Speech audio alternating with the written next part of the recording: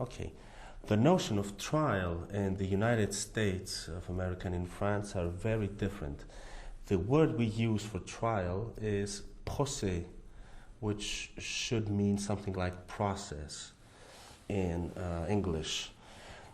Now, one of the basic differences is that what we call procès is a procedure that lasts a long time. It goes on for a very wide period of time. It starts very early and it ends very late.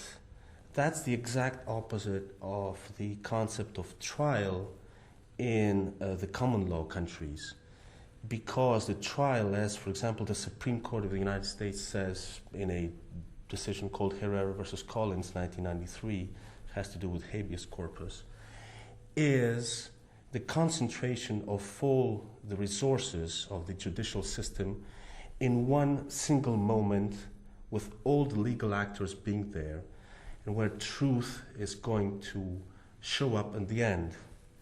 It's a unique moment. It concentrates all the energies in one place at one time. The French concept of procès is just the opposite, which means that it starts very early with the examining magistrate instructing either the civil or the criminal affair. And because of the system we have of automatic appeals up to the Cour de Cassation, which is our Supreme Court, it also lasts very long. And we all call the whole procedure procès.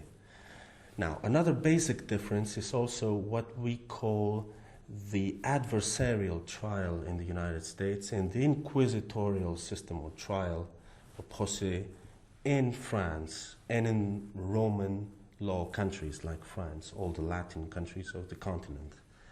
That means that in the common law context, the trial is being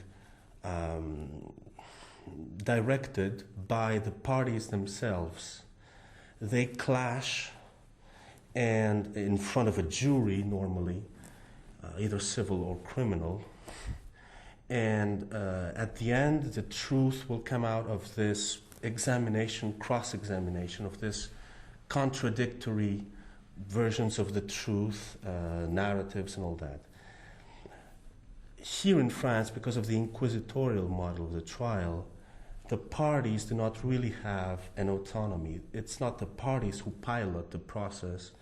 It's always a figure of the state, usually a judge, sometimes a prosecutor, it depends.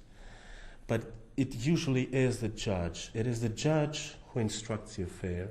It's the judge who concentrates all the documents, who hears witnesses, who asks questions, really intervenes directly and actively in the whole procedure.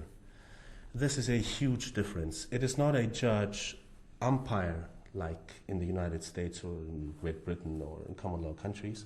It is a very active judge who goes forward to search himself the truth. That's why we call this inquisitorial model. These are two basic differences.